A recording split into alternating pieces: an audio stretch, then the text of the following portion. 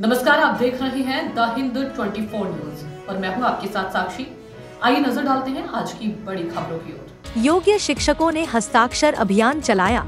यह राष्ट्रपति प्रधानमंत्री को भेजे जाएंगे। वे लोग सुप्रीम कोर्ट के फैसले से नाराज हैं। उन्होंने सभी नियमों का पालन करते हुए नौकरी हासिल की है, फिर भी नौकरी चली गई। साथ साथ सामाजिक हानि हुई है, पारिवारिक समस्या भी है।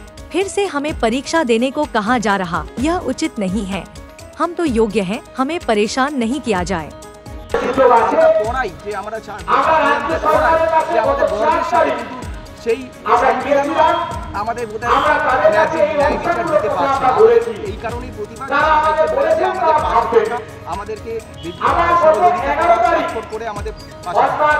একেবারে যে বিশ্বাস করছি না সেটা বলবো না, কিন্তু আমরা অন্ধভাবে তো ভরসা করতে পারি না যতক্ষণ না হচ্ছে এটা বাস্তবে।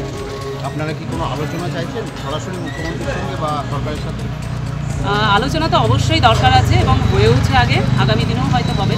প্রয়োজন হলে আমরা চাইবো দেখা করতে, আলোচনা করতে। ভবিষ্যৎ কি? কিসের ভবিষ্যৎ? এই যে আপনারা আন্দোলন করছেন, আপনারা আন্দোলনের ভবিষ্যৎ এখনই কি করে বলছে যে 21 তারিখে আমরা এসএসসি ভবন অভিযান করব। সেখান থেকে যোগ্যদের একটা সার্টিফাইড লিস্ট এসএসসি দেবে, তারপরে আমরা স্কুল যাব। তার কারণ আমরা দেখেছি মিডিয়াতেই যে যারা সিবিআই লিস্টে নাম আছে তারাও একথা বলেছে যে যেহেতু কোনো লিস্ট এসএসসি থেকে দেয়নি তারাও অযোগ্য নয়, সিবিআইকে তারা মানে না, তারা স্কুল যাবে।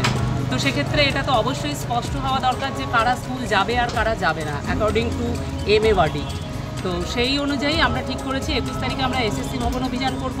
সেখান থেকে যদি লিস্ট দেওয়া হয়, যতক্ষণ না দেওয়া হবে আমরা ওখান থেকে উঠবো না। এটা দেওয়া হলে পরে তারপরে আমরা স্কুল যাব কিনা ঠিক করব। আজকে আপনারা তো সিগনেচার করছেন, এটা কেন সিগনেচার? এটা আমরা করছি, আমরা রাজভবন অভিযান আমরা একদিন করব। আমরা চাই রাজ্যপালের সাথে সাক্ষাৎ করতে এবং আমাদের সাথে যে অন্যায়টা হয়েছে সেটা আমরা জানাতে চাই, সাধারণ মানুষকে জানাতে চাই যে অন্যায়টা সব কিছুর দ্বারা, শুধু রাজ্যের দ্বারা নয়, আমি ব্যক্তিগতভাবে মনে করি যে বিচার ব্যবস্থার দ্বারাও আমাদের সাথে অন্যায় হয়েছে। একজন নাগরিক হিসেবে আমাদের প্রত্যেকের অধিকার আছে। আমি যদি কোনো অপরাধ না করি আমাকে শাস্তি দেওয়ার কেউ আমাকে দিতে পারে না, সে শাস্তি আমি মেনে নিতেও পারি না, নেবও না। আমরা কিন্তু কোনো অন্যায় করিনি, কোথাও আমাদের বিরুদ্ধে কোনো অভিযোগ নেই, কিন্তু আমাদের এমন একটা শাস্তি দেওয়া হয়েছে সেটা কিন্তু আমাদের মৃত্যুর থেকেও ভয়ঙ্কর। যে সময়ের মধ্যে দিয়ে আমরা যাচ্ছি, যারা আমরা যাচ্ছি, এটা আমরা তারাই অনুভব করতে পারছি যে আমাদের ওপর দিয়ে কী যাচ্ছে, কী ধরনের দুশ্চিন্তা আর কী ধরনের প্রেশার আমাদেরকে নিতে হচ্ছে। শোনা যাচ্ছে আরও 1100 লিস্ট প্রকাশ হবে, মানে আরও দেখেছেন আইন করানো হচ্ছে।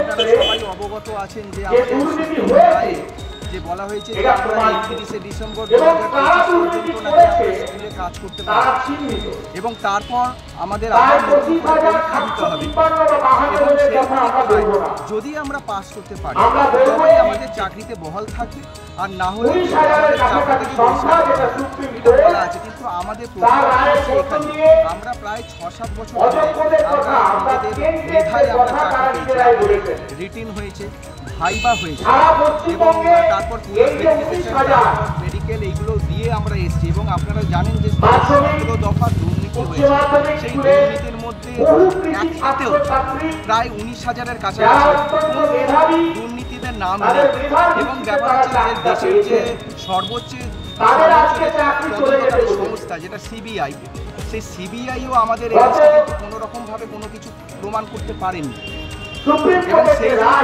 আমাদেরকে যে অচিহ্নিত যে ক্যান্ডিডেট হিসাবে আমাদের বলা হলো যে চিহ্নিত করা গেল না, সেই জন্য আমাদের বলা হলো যে তোমরা কাজ করো, তারপর কি তোমাদের পরীক্ষা দিতে হবে। আমাদের এখানে প্রতিবাদ যে আমরা তো শিক্ষা জগতে এসেছিলাম, আমরা তো জানি না কি হয়েছে, কোথায় কি টাকা পয়সা। देखते रहिए द हिंद 24 न्यूज।